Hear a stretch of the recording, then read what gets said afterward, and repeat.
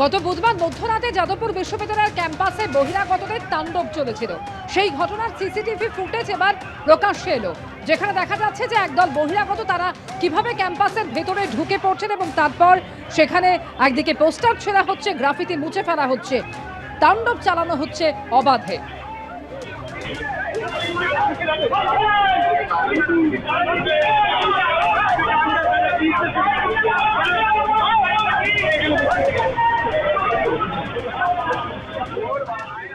ন্যাক্কারজনক ঘটনা।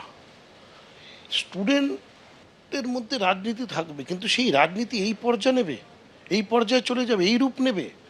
Saint Xavier's কলেজে আমরা পড়তাম, সেখানেও ছাত্র সংসদ নির্বাচিত হতো, জিএস হতো, ওয়ার্কিং কমিটি মেম্বার হতো, কোনো পলিটিক্যাল দল ছিল না।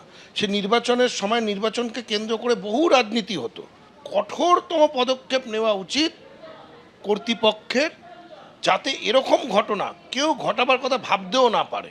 সে যে নীতিরই হোক, যে দলের সাথে যুক্ত থাকুক, দল মত নির্বিশেষে, তার বিরুদ্ধে যারা এগুলো করছে তাদের বিরুদ্ধে কঠোরতম ব্যবস্থা নেওয়া অত্যন্ত প্রয়োজন। না তো ম্যালাইন্ড হয়ে যাচ্ছে যাদবপুর ইউনিভার্সিটি। এটা আমাদের গর্ব, যাদবপুর ইউনিভার্সিটি।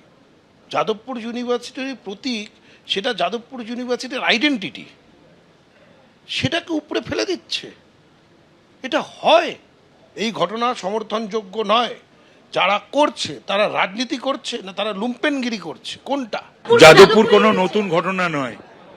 আমি যখন ছাত্র রাজনীতি করতাম তখন থেকে এই বাম অতি বামেরা ওটা নিজেদের একটা ঘাঁটি মনে করে ওরা যা খুশি তাই করেছে। ওরা অনেক অন্যায়, অনেক অত্যাচার করেছে এবং যে সমস্ত ছাত্রছাত্রীরা ওদের আদর্শ নীতি বা ওদের অপোজ টু দেম, তাদের ওপর নানান মেন্টাল টর্চারও তারা করতে ছাড়েনি, আরও অনেক কিছুই তারা করেছে। তো সুতরাং এগুলো বন্ধ হওয়া দরকার। এক, দুই হয়েছে দেশ বিরোধী কোনো স্লোগান, এটা ভাবা উচিত ভারতীয় হিসাবে। যে কোনো আদর্শ নীতি তারা মানতে পারে।